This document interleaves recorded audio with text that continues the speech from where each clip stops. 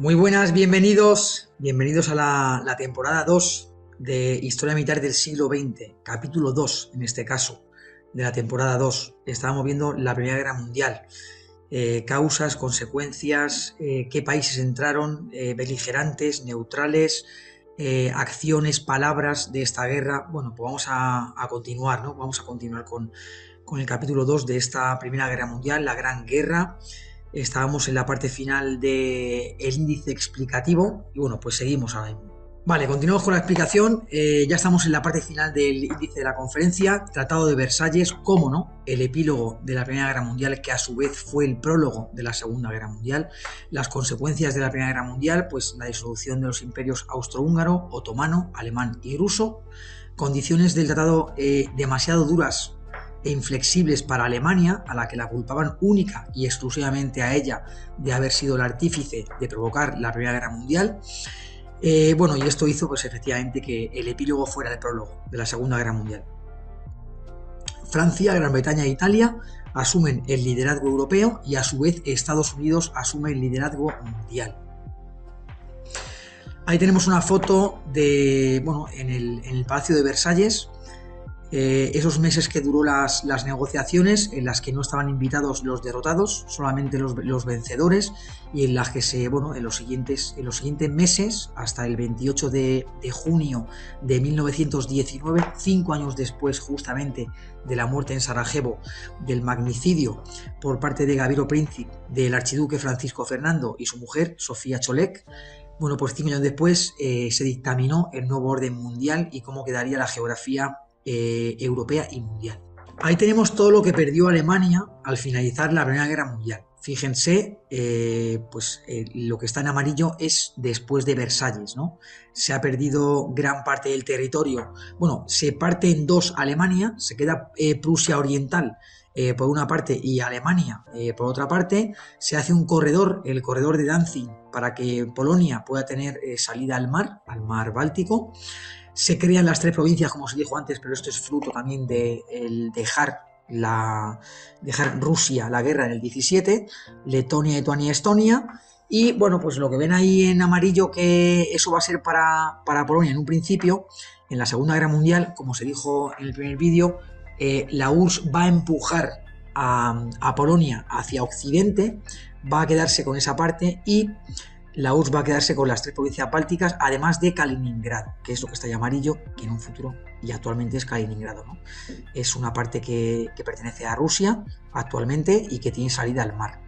También va a perder posesiones en favor de Dinamarca, ahí lo pueden ver, y también va a perder Lorena y Alsacia, que se lo había ganado en 1871 a Francia, también lo va a perder Alemania en favor de este país, del país galo.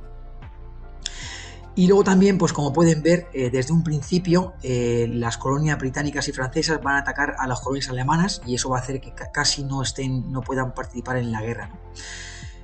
Alemania tenía las posesiones alemanas de Alemania Occidental, Alemania Oriental y Alemania del Sur, por así decirlo, Togo y Camerún, que van a pasar a Francia y Gran Bretaña. Tanganica, que Tanganica es la actual Tanzania, va a pasar a Gran Bretaña, y el actual Sudáfrica pues va a ser un país independiente, ¿no?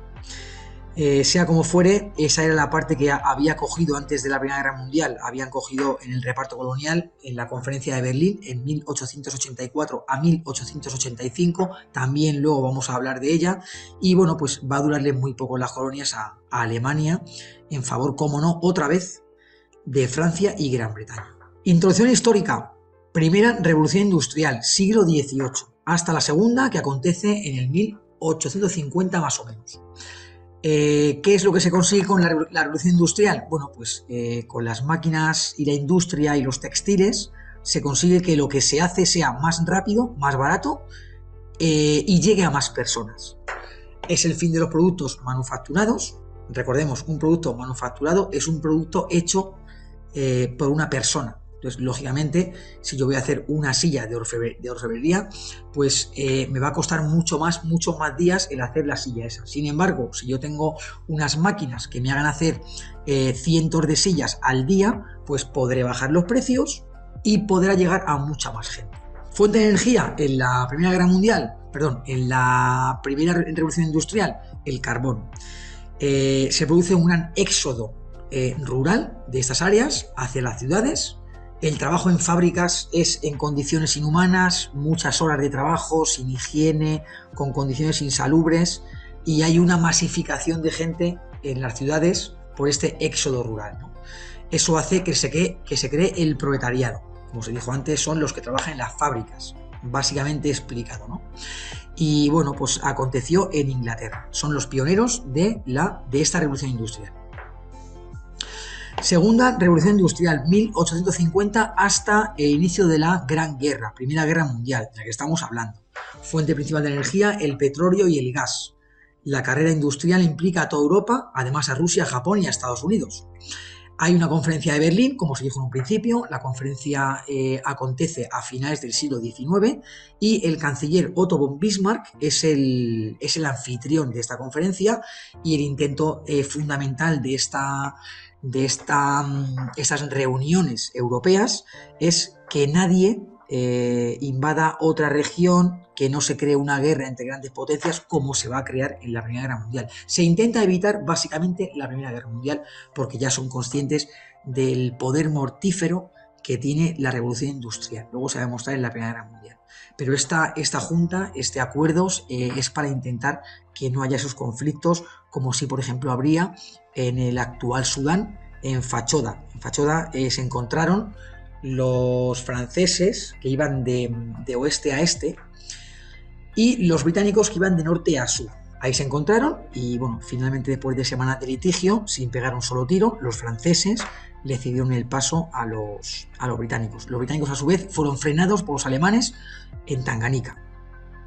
También luego vemos una traspa, una diapositiva en la que se puede perfectamente todas las posesiones que tenían los europeos en esa época, en África. ¿Qué es lo que busca esta conferencia de Berlín? El reparto de África, pues se busca conseguir más materias primas que ya en Europa, pues por espacio físico no había. Se busca la colocación de excedentes de población, porque la Europa ha crecido exponencialmente con el aumento de la esperanza de vida en Europa, pues Europa ha crecido exponencialmente con los medicamentos, etc, etc. Pues eso hace que, bueno, que los europeos se dan cuenta de que con mucha gente en Europa se pueden crear crisis sociales y brechas sociales. Entonces lo que hacen es enviar a núcleos de población a repoblar, a colonizar esas zonas, esas áreas que están explorando para colocarlas bajo su tacón, ¿no? Por así decirlo, ¿no?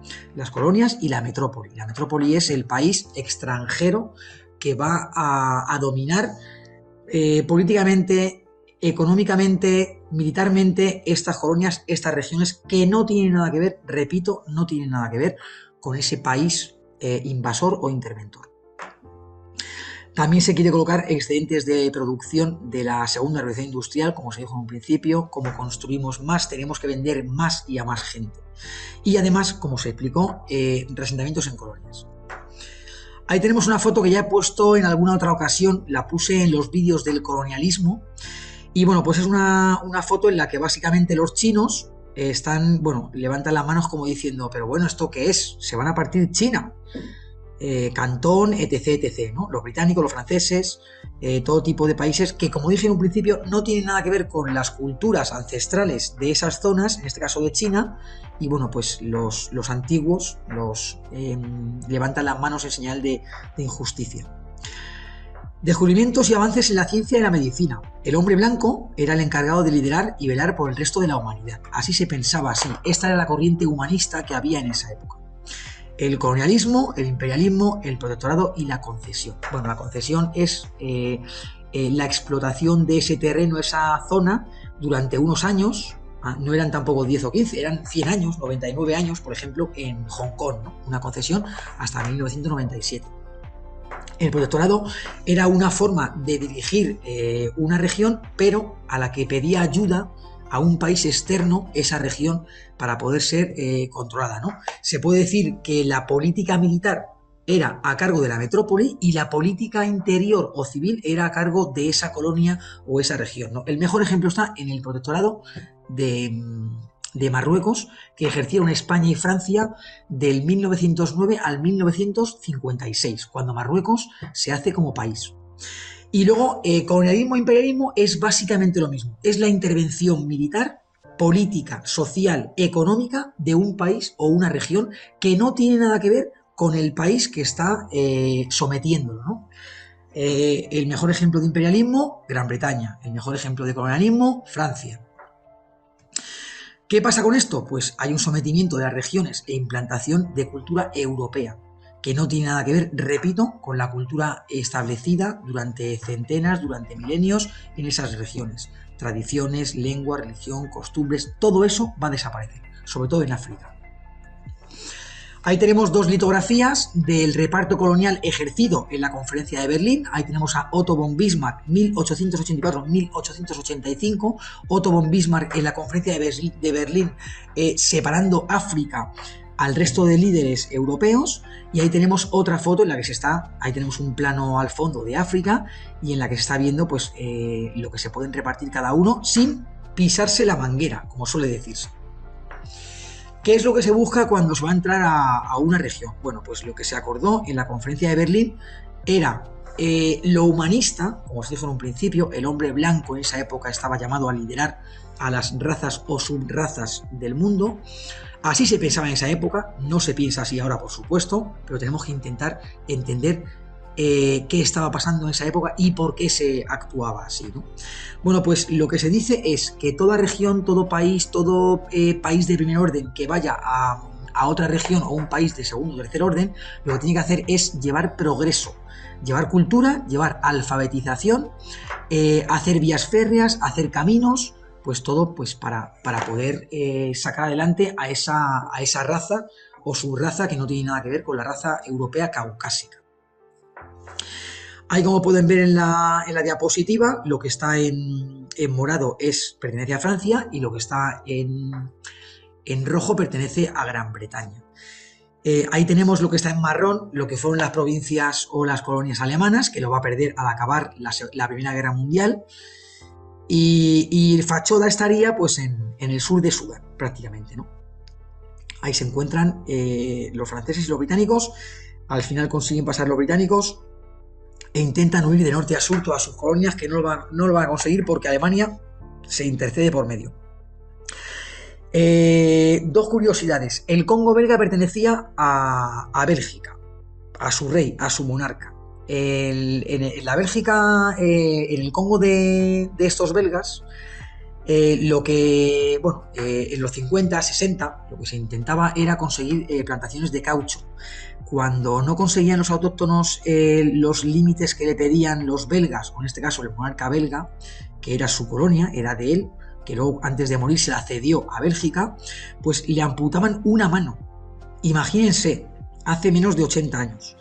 4 millones de congoleños a los que le falta una mano por no llegar a los límites mínimos de producción. Esto no pasó hace poco, pasó hace 80 años. Impresionante. Por eso quiero que vean la importancia de entender qué pasaba en esa época y por qué se actuaba así, ¿no? Ya, repito, ni mucho menos tiene que ver ni pasa eso, pero para que lo vean. Ahí tenemos también Abisinia, que Abisinia es Etiopía, con las dos guerras ítalo-abisinias, en las que en la primera hay una gran derrota, sobre todo en la batalla de Adwa, en la que los italianos pierden contra los etíopes. Es la derrota de una potencia europea colonizadora contra las colonias. Y bueno, pues como gana la Primera Guerra Mundial Italia, luego se permite en los 30 invadir otra vez Abisinia y poder someterla hasta 1941, que como bien sabrán, en la Segunda Guerra Mundial Italia comenzó a hacer aguas en el bando del Eje y bueno, pues perdió muchísimas posesiones, ¿no? Ahí también se puede ver la parte que le toca a España. Cómo no, vamos a hablar un poco de España.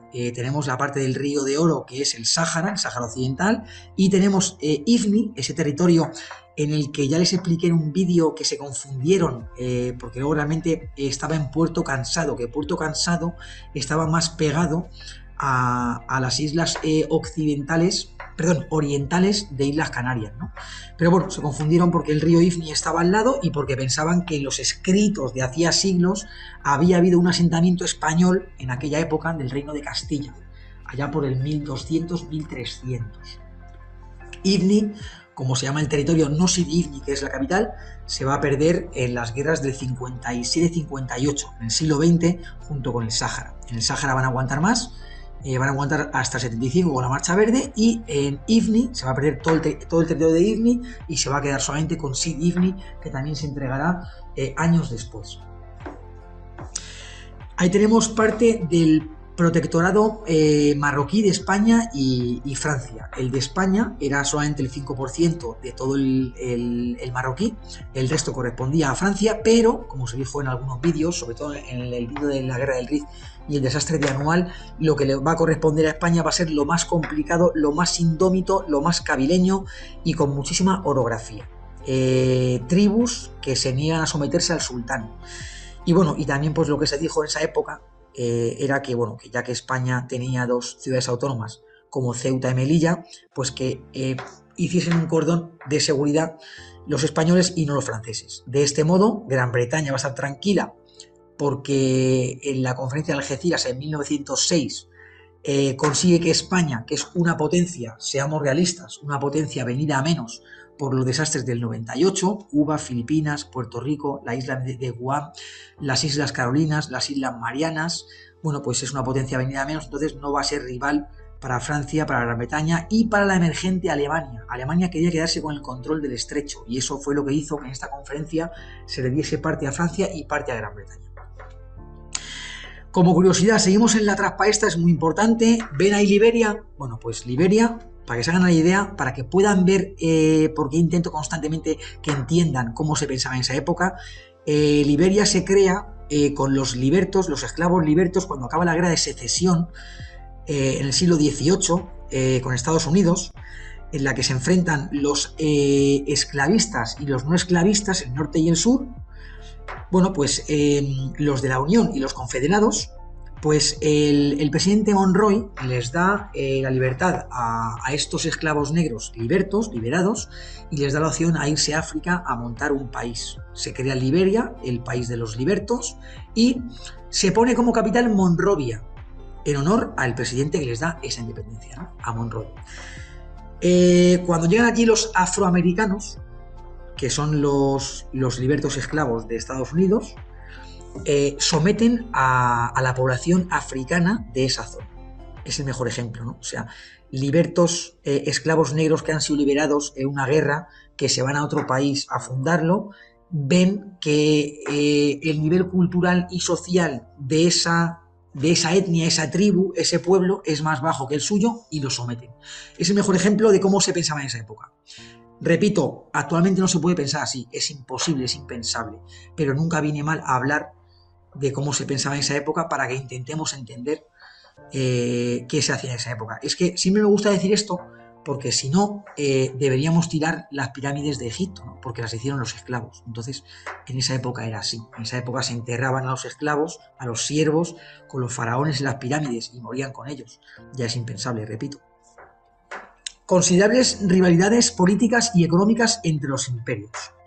Se pasa del imperialismo formal, y solamente influencia en el comercio, al imperialismo total, dominio de las colonias de facto, militar y económicamente. Alianzas entre europeos, ¿para qué? Para intentar no entrar en guerra o si hay un conflicto para poder ser defendidos. Así se crea la Triple Alianza y la Triple Entente, y bueno, el control de los mares pertenece a Gran Bretaña, junto con sus puertos, y también lo va a hacer en tierra. Además, se crea el concepto de la metrópoli y las colonias. Repito, la metrópoli es la potencia que somete y que administra a esa otra región, país, etnia, grupo, que es una colonia, que no tiene nada que ver, pero que el objetivo de la metrópoli, aunque se enmascare con las ideas humanistas, el objetivo de la metrópoli es extraer las materias primas de esa región. ¿Qué es el proletariado? Ya se ha explicado antes, pero vamos a repetirlo. Es una nueva clase social que se crea a raíz de la revolución industrial, los obreros o trabajadores de las fábricas. Se crea porque hay un éxodo rural de los pueblos a las fábricas a trabajar allí, a trabajar en la industria. Hay nuevas necesidades, lógicamente, se hacen las casas más pequeñas, más juntas, pegadas a esa fábrica para poder estar más tiempo trabajando y perder el menor tiempo posible en ir a casa. Pero claro, hay duras jornadas de trabajo, falta de higiene, inseguridad, hay paro, no hay jubilación. O sea, básicamente el proletario medio nace, trabaja a la edad que puede y se muere trabajando porque no hay seguridad social, no hay jubilación y no hay muchos derechos y avances sociales que sí tenemos ahora. Descanso dominical, mes de vacaciones, etc, etc. Se crean, como no, los sindicatos para luchar por los derechos de estos proletarios, y una herramienta importante de los sindicatos son las huelgas generales, las huelgas en las que dejan de trabajar y se para la producción, y eso crea pues el descontento entre las élites. ¿Qué es la dictadura del proletariado? Bueno, pues es un concepto político en el que los líderes del Estado son los proletarios, es decir, los trabajadores de las fábricas en vez de los grandes propietarios capitalistas, la burguesía. En definitiva, es otra élite política gobernando con puño de hierro al resto de la sociedad, como así se impuso en Rusia. Es un intento de controlar la producción y la distribución sobre la burguesía, porque en este momento los que controlaban la producción y la distribución eran los burgueses, los capitalistas, y lo que quieren es que lo controlen los proletarios, pero que realmente no va a ser así, lo van a controlar otro grupo de élite que no tiene nada que ver con la burguesía, que va a emerger de estos proletarios. El mejor ejemplo está en Rusia en el 17, con la Revolución Rusa, en la que se enfrentaron los dos ejércitos, el blanco y el rojo. El blanco, el de los zaristas, el de los imperialistas, y el rojo, el de la Revolución Rusa. Como bien sabrán, va a ganar el rojo. Y se va a crear la URSS. Los nacionalismos. Es el derecho a independencia de los grandes imperios de la época a las regiones que compartan la misma cultura, el mismo idioma y las mismas tradiciones. Lógicamente, estas regiones tienen unas aspiraciones políticas, económicas, comerciales, de asuntos exteriores, etc, etc. De territorios. De este modo se reunifican Alemania e Italia. Y bueno, pues es en sí la descomposición de los imperios. El mejor ejemplo, como se dijo en el primer vídeo, está el imperio austrohúngaro, esa amalgama de nacionalidades, checoslovacos, húngaros, austríacos, alemanes, que van a hacer que si se impone el nacionalismo, esas zonas en las que predominan, en las que tienen en común el idioma, la religión, la cultura, pues van a hacer un país, y eso va a ser la disgregación, el final del totalitarismo de los imperios. El imperio austrohúngaro se anexiona a Bosnia en 1908.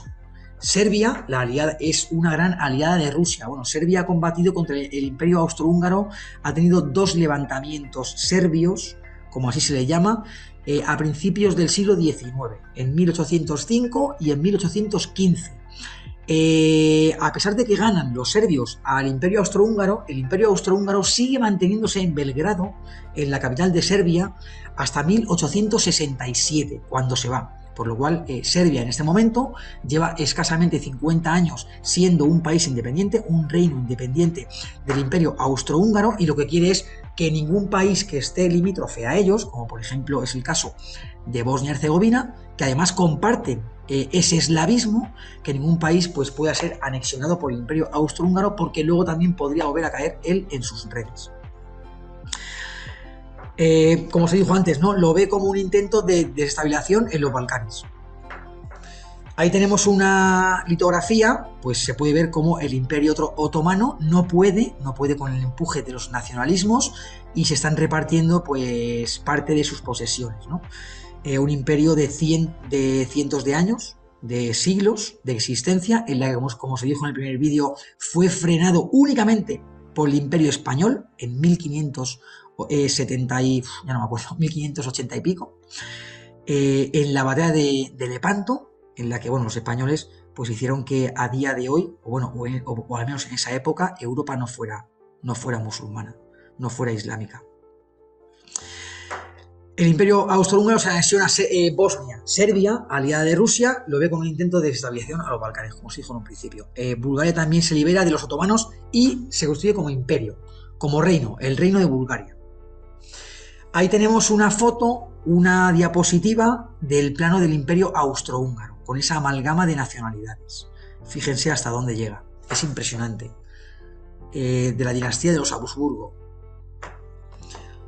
La guerra franco-prusiana, 1870-1871. Ruptura de equilibrio de poder instaurado tras el Congreso de Viena, que en este congreso se abogaba por la vuelta a las monarquías absolutistas después de las derrotas de las guerras napoleónicas.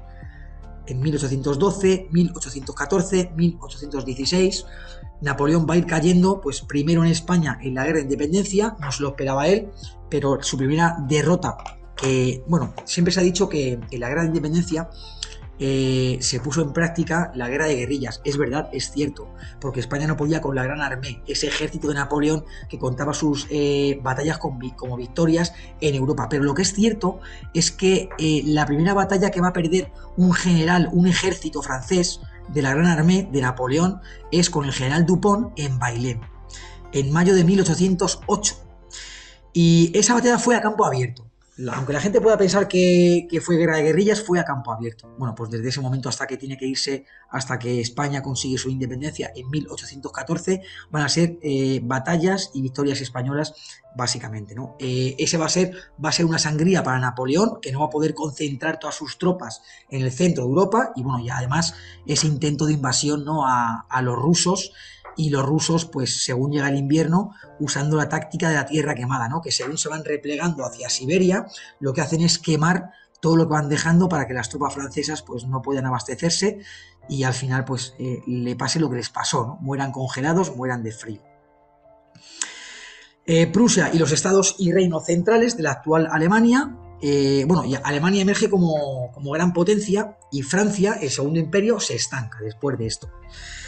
Bismarck logra unir a los territorios al este y ensalzar el movimiento patriótico. En la guerra, hay guerras en las fronteras para poder hacer una Alemania con un imperio. Además, hay una batalla en la de Sedan en la que Napoleón III es hecho prisionero. Hay un sitio de París y finalmente está el armisticio en Versalles. Las regiones de Alsacia y Lorena pasan a Prusia, pasan al Imperio Alemán, y el día 18 de enero de 1871 Guillermo I es proclamado emperador Kaiser en alemán en la Sala de los Espejos, en el Palacio de Versalles. Se completa la reunificación alemana.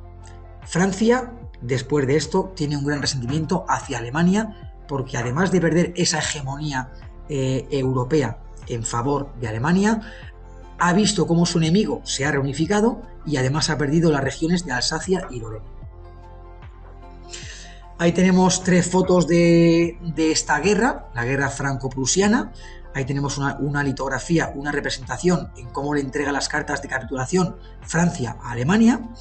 Ahí también vemos cómo se pasa de esas guerras a campo abierto a unas guerras en ciudades, en las que ya pues todo va a cambiar. Además, con la nueva maquinaria de guerra, pues va a ser todo mucho más complicado, hasta los uniformes azules de la época antigua de Napoleón, que ahora van a tener que cambiar a verdes, como decían los franceses en las cartas en la Primera Guerra Mundial, a sus familias, que decían: los alemanes llevan trajes muy feos, verdes oscuros, casi manchados de barro, pero son tremendamente efectivos porque no los vemos, usan bien el camuflaje. Sin embargo, nosotros, con pantalones rojos y con casacas azules, somos un blanco perfecto.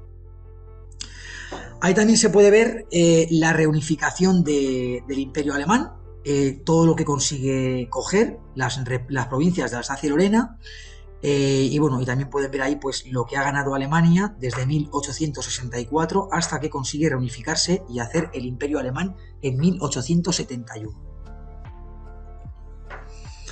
La Triple Alianza, en 1882, es el intento de Bismarck, Otto von Bismarck, el canciller alemán, por aislar a Francia, y también el intento de Italia de ser hegemónica en Europa y además saciar sus aventuras coloniales.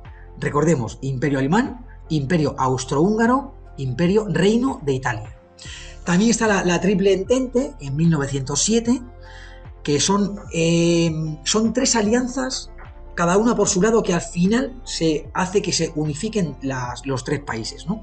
Que son la alianza franco-rusa, la alianza franco-británica, que es la famosa Entente Cordiale que vimos en los vídeos de la Guerra del Rif, en la que Francia y Gran Bretaña se unen para luchar contra un enemigo emergente, Alemania, y eso hace que España despliegue en el protectorado marroquí en el norte de África. Y también el acuerdo ruso-británico. Los tres países implicados son Francia, Inglaterra y Rusia.